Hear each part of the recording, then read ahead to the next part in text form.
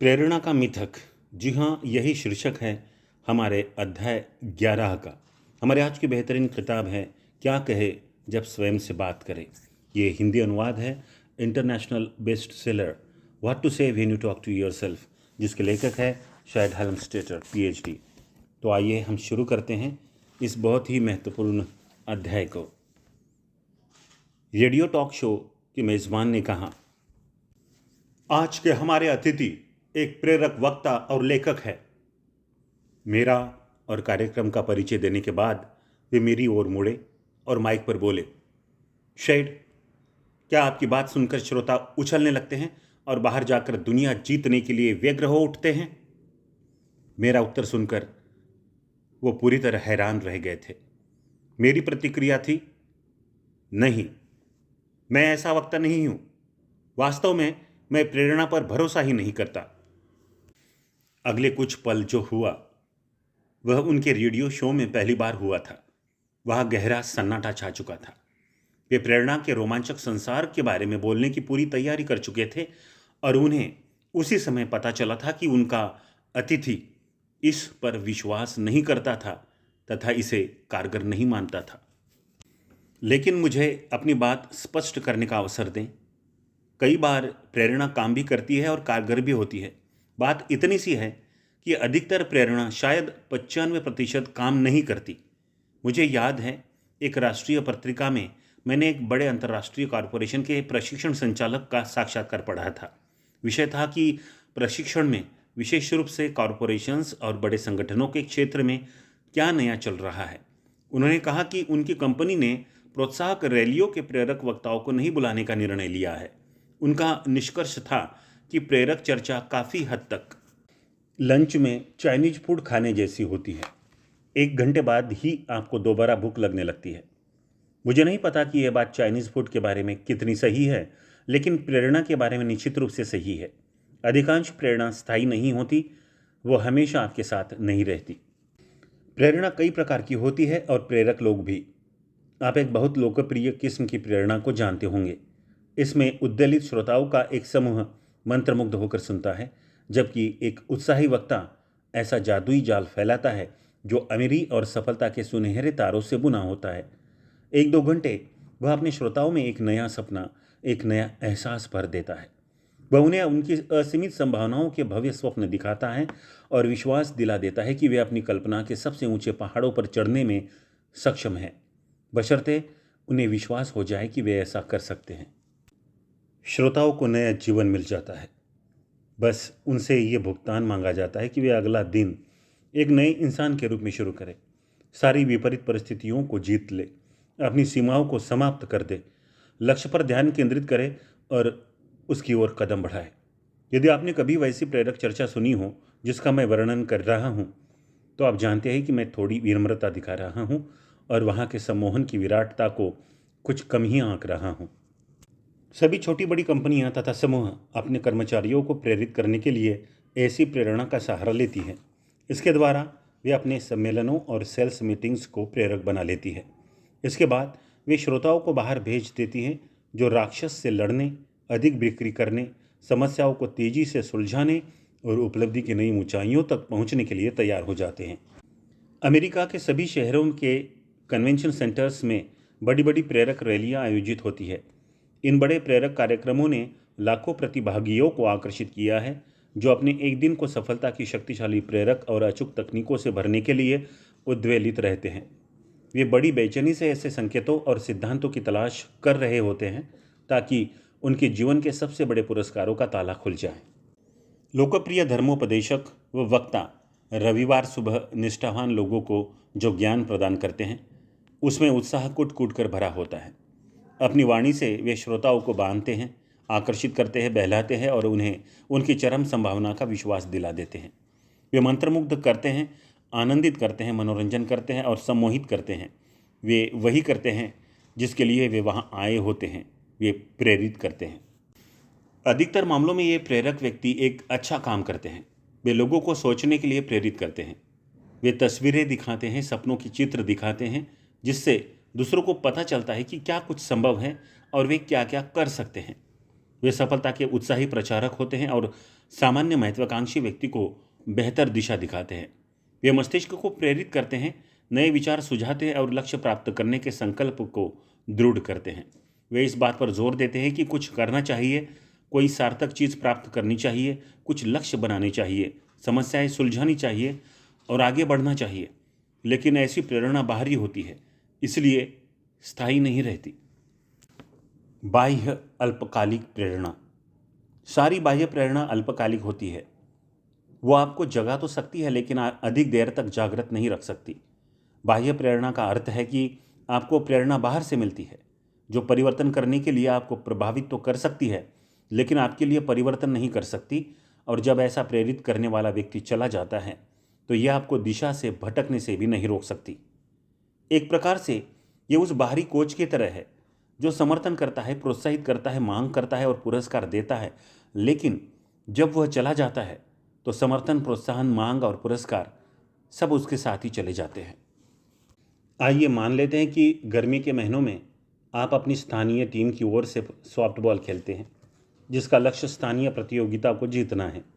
सौभाग्य से आपकी टीम के पास एक असाधारण कोच है। वह आपसे बहुत उम्मीदें करता है और आपको बहुत प्रोत्साहित भी करता है। जब आप गिर जाते हैं तो वह आपको उठाता है और आपको विश्वास दिला देता है कि जीत आपकी ही होगी। जब आप अच्छा प्रदर्शन करते हैं तो वह आपकी पीठ थपथपाता है और प्रशंसा करता है। वह एक बेहतरीन प्रेरणापुंज होता है और आपकी टीम को शिखर पर पहुंचा देता है। वह आपका मित्र, सहयोगी और सबसे प्रबल समर्थक होता है। आपने प्रेरणा पाने के लिए उस पर भरोसा किया था और उसने आपको प्रेरणा दे दी। सीजन समाप्त होने पर वह कोच घर लौट जाता है। आपको क्या लगता है वह अपने साथ क्या ले जाता है? आपकी प्रेरणा। वही तो आपकी प्रेरणा था। अब जब वह आसपास नहीं है तो आपको प्रेरणा किसी दूसरी जगह से प्राप्त करनी होगी। क्यों? क्योंकि प्रेरणा बाहरी थी। वह बाहर से आपके पास आई थी और वह प्रेरणा अल्पकालिक भी थी। बाह्य प्रेरणा इसी प्रकार काम करती है। जब तक कोई दूसरा हमें प्रेरणा देता रहता है तब तक हम अच्छा प्रदर्शन करते हैं, लेकिन जैसे ही उसे हटा दिया जाता है हम मन ही मन पीछे की ओर लौट जाते हैं और वही जहाँ पहुँचते हैं जहाँ प्रेरणा आरंभ होने से पहले थे। हो सकता है कि इस प्रक्रिया में हमने प्रगति कर ली हो या कुछ प्राप्त कर लिया हो, लेकिन हमने ये काम किसी दूसरे की ऊर्जा से किया था, वह हमारी अपनी ऊर्जा नहीं थी। इसीलिए प्रेरक कार्यक्रमों के आशावान प्रतिभागी उत्साहित तो होते हैं, ऊर्जा से भरे होते हैं, दुनिया जीतने के लिए कमर कसकर तैयार होते हैं और फिर भाषण समाप्त होने के कुछ सप्ताह, दिन या घंटों बाद ही धीमे पड़ जाते हैं या रास्ते में रुक जाते हैं। संदेश के दौरान जिस प्रेरणा को उन्होंने बड़ी गहराई से महसूस किया था वह अब वहाँ नहीं रह जाती। जो ऊर्जा और उत्साह उनके भीतर उमड़ रहा था वह अब समाप्त हो चुका है। जिस व्यक्ति से प्रेरणा मिल रही थी वह शहर छोड़कर जा चुका है और अधिकतर सपने भी अपने साथ ही ले गया है।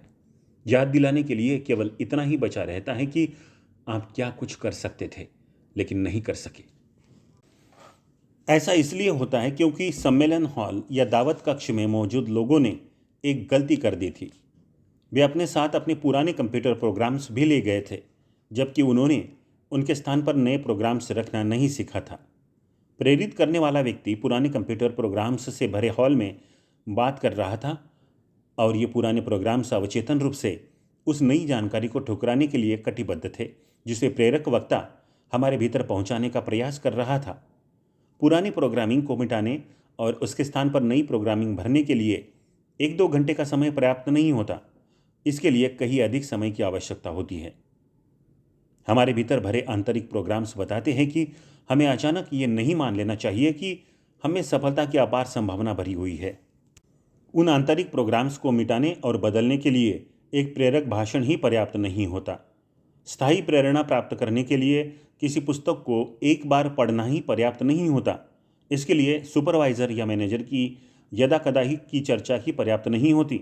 इसके लिए किसी मित्र का कभी कभार का प्रोत्साहन ही पर्याप्त नहीं होता। बाह्य प्रेरणा हमें बताती है कि हम जो भी प्राप्त करना चाहते हैं वह प्राप्त कर सकते हैं। हमारा गलत ढंग से प्रोग्राम किया गया आंतरिक प्रेरणापुंज अर्थात हमारा अवचेतन मन कहता है बकवास। हम कुछ समय तक बाह्य प्रेरणा पर विश्वास कर सकते हैं, हम उस पर विश्वास करना चाहते हैं, लेकिन हमारा दीर्घकालीन आरामदेह पुराना प्रोग्राम धैर्यपूर्वक हमारे होश में आने की प्रतीक्षा करता है। वह प्रोग्राम चाहता है कि हम अतीत की प्रोग्रामिंग की सिखाई बातों पर विश्वास करें और सफल होने की संभावनाओं को, बकवास को भूल जाए। हम सचमुच उसे प्राप्त करने में सक्षम हैं या नहीं, इससे हमारे अवचेतन मन को जरा भी फर्क नहीं पड़ता। वह अब भी पुराने ढंग से काम कर रहा होता है, जो कहता है नहीं, आप नहीं कर सकते।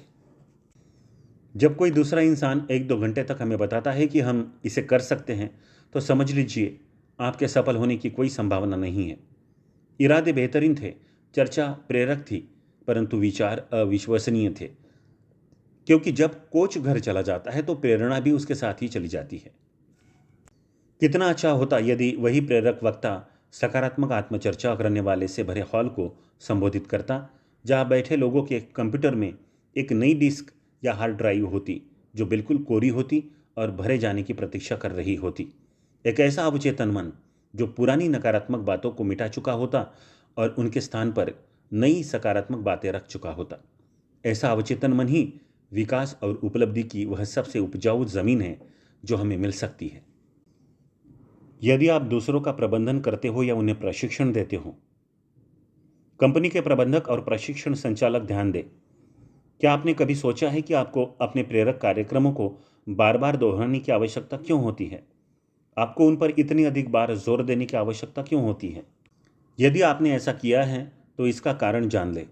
ऐसा इसलिए होता है क्योंकि मानव मस्तिष्क के मामले में क्षणिक बाह्य प्रेरणा से स्थायी परिवर्तन होना असंभव है। आप अपनी प्रेरणा और प्रशिक्षण की मात्रा को बढ़ा सकते हैं, इसकी आवृत्ति को बढ़ा सकते हैं और हो सकता है कि कोच को भी कभी घर ही न जाने दें। लेकिन यदि कभी वह घर चला गया तो आपके कर्मचारियों के जहाज को चलाने वाली पुरानी प्रोग्रामिंग एक बार फिर हावी हो जाएगी। कुछ बाह्य प्रेरणाएं अन्य प्रेरणाओं की तुलना में थोड़े लंबे समय तक तो चल सकती है, लेकिन वे सभी अंततः धीमी होकर रुक जाती है।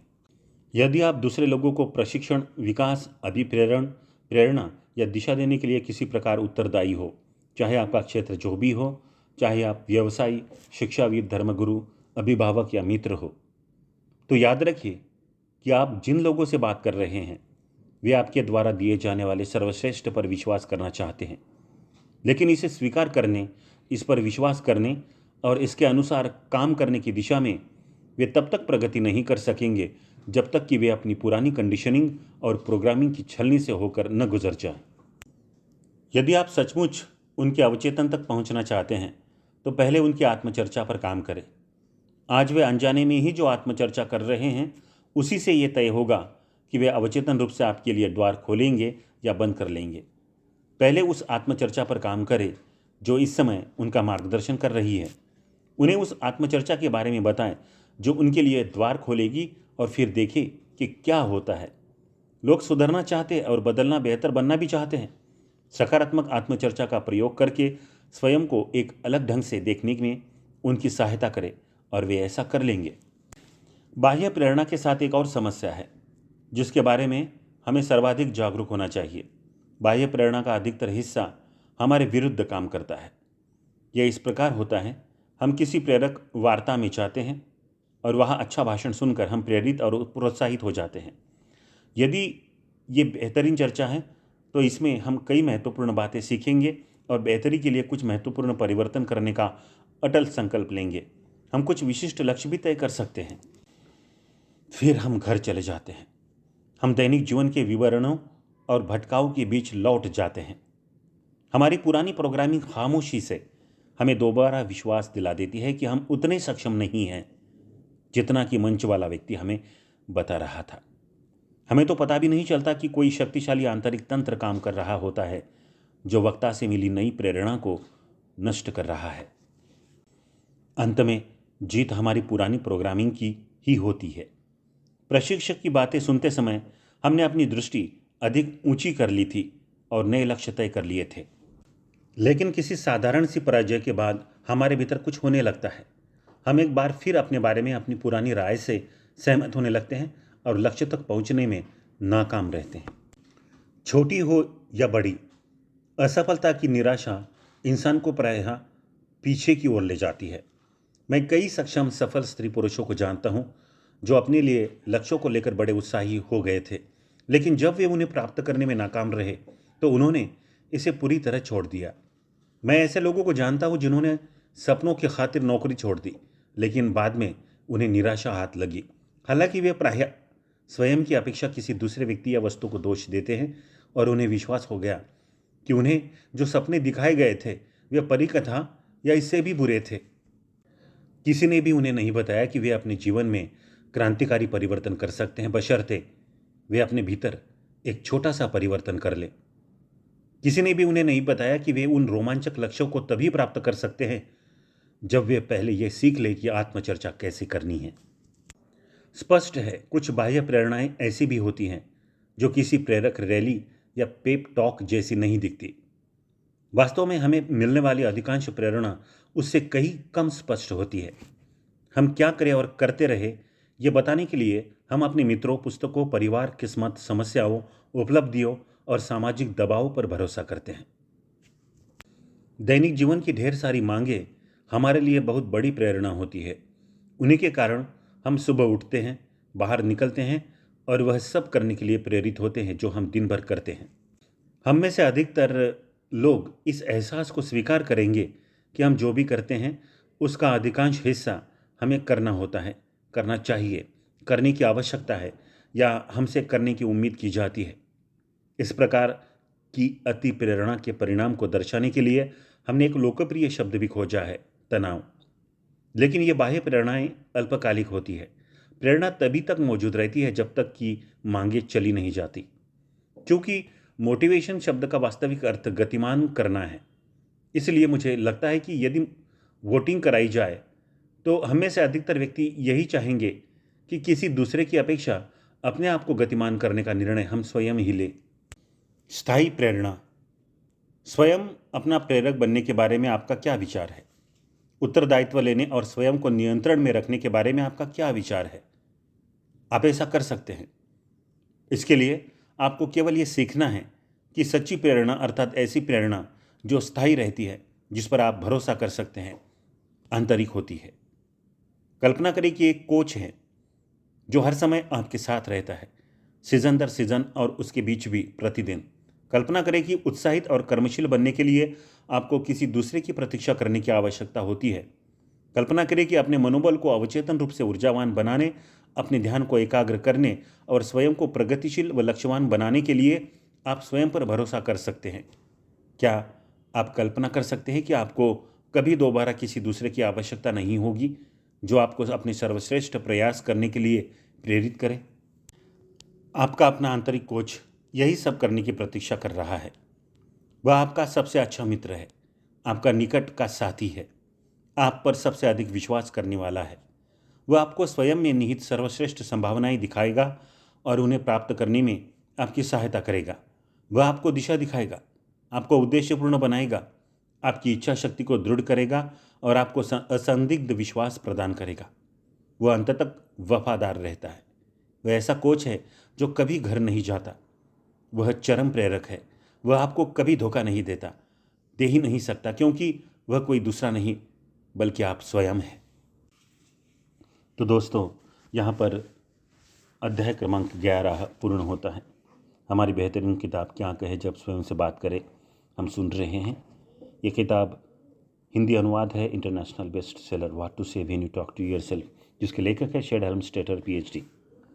तो दोस्तों, हम मिलते हैं अगले बहुत ही महत्वपूर्ण एपिसोड में, अध्याय क्रमांक 12, सम्मोहन नहीं, अवचेतन भी नहीं। तो मिलते हैं अगले एपिसोड में। तब तक के लिए धन्यवाद। वंदे मातरम।